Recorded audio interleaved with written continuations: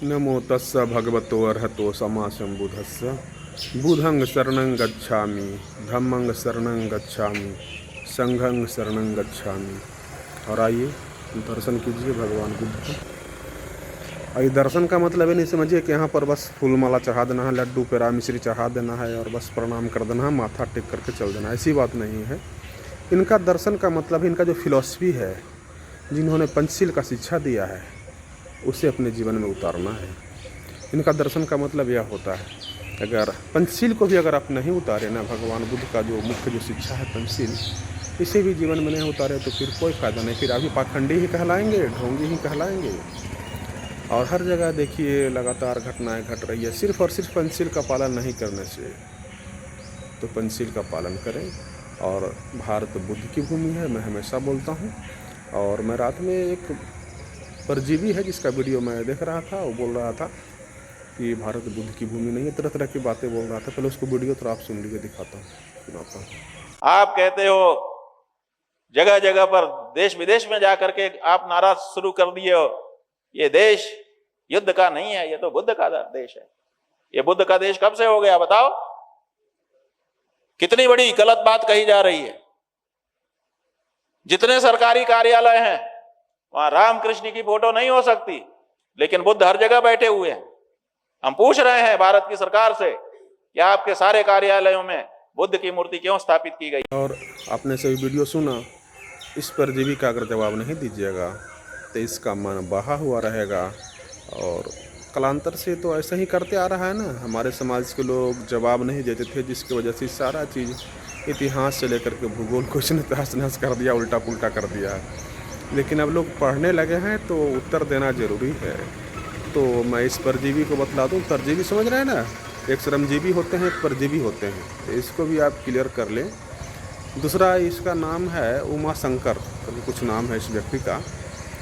तो जो बोल रहा है, तो ये जो अब क्या बतलाऊँ, हर चीज़ तो बुद्ध का ही है। आप अपने पॉकेट से नोट निकालें, सिक्का निकालें, सही में बुद्धिस्ट प्रतीक ही मिलेगा।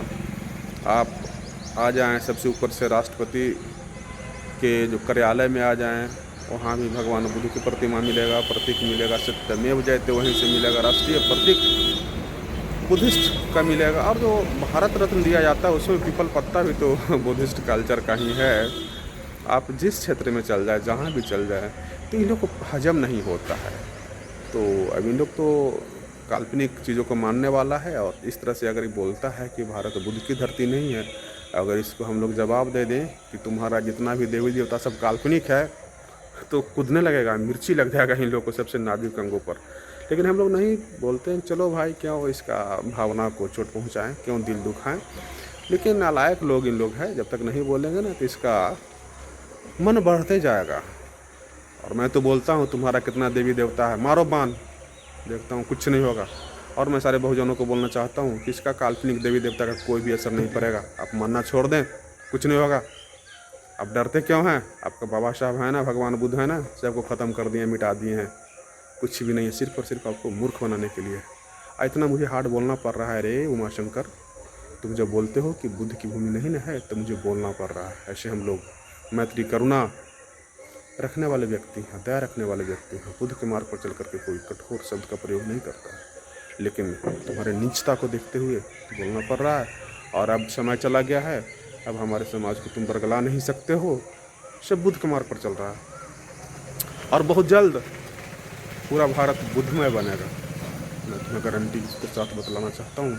बहुत तेज़ी में तुम्हारा ढोंग पाखंड कर्मकांड आडंबर को लोग छोड़ रहा है। इस बात का तुम याद रखो मिस्टर उमाशंकर। इन लोगों ने एक भगवान बुद्ध को मिटाने के लिए कितने काल्पनिक चीज़ें खड़ा कर दिया। सम्राट अशोक के द्वारा बनाया गया 84,000 स्तूपों में काल्पनिक मूर्तियां बैठा दिया। फिर भी लोग निश्चिंत हैं, भारतीय लोग, भारत के मूल निवासी निश्चिंत हैं, जान रहे भारत बुद्ध की भूमि है। आज न कल इसे अपना चीज़ प्राप्त होगा।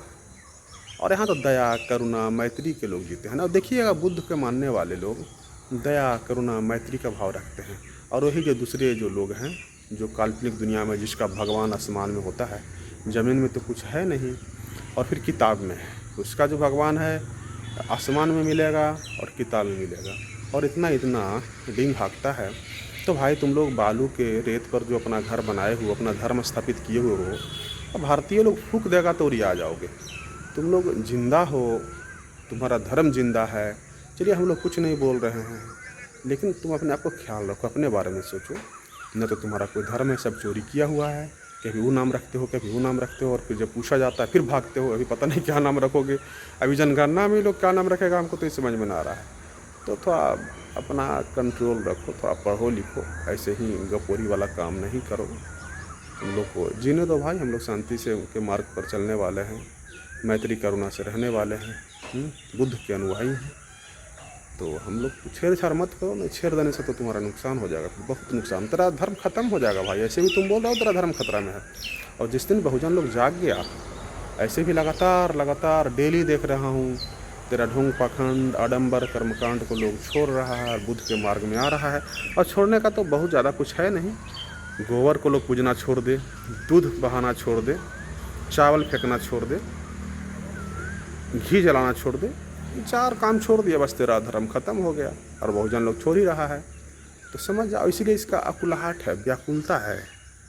ये पुलिस है, चाहे मिलिट्री हो, नेवी हो, और स्टेट का पुलिस हो, सभी को जो कंधे पर देखते हैं अशोक स्तंभ है, वो कहाँ से आया है। जो टोपी पहनते हैं, टोपी में जो यहाँ पर जो देखिएगा लगा हो रहेगा, वो उस पर क्या चीज़ का पहचान है। तो उस अभी मुक्तेश्वर को समझना चाहिए। और सोचिए कितना जाहिल है, कितना हिम्मत करता है बोलने के लिए कि भारत बुद्ध की भूमि नहीं है। ये जानकारी मैं बतला दूं कि भगवान बुद्ध जो सिद्धार्थ का जो जन्म हुआ था नेपाल में हुआ था, लेकिन नेपाल भारत का सीमा का जो रेखांकन हुआ है 1816 ईस्वी में सुगौली के संधि के द्वारा हुआ है। और ये परजीवी लोगों ने उसे जानबूझ करके नेपाल में कर दिया ताकि इसका प्रभाव, बुद्ध का प्रभाव भारत में कम पड़े। लेकिन ऐसा नहीं है, बुद्ध तो दुनिया के गुरु है ना, उसे उन्हें लाइट ऑफ एशिया कहा जाता है।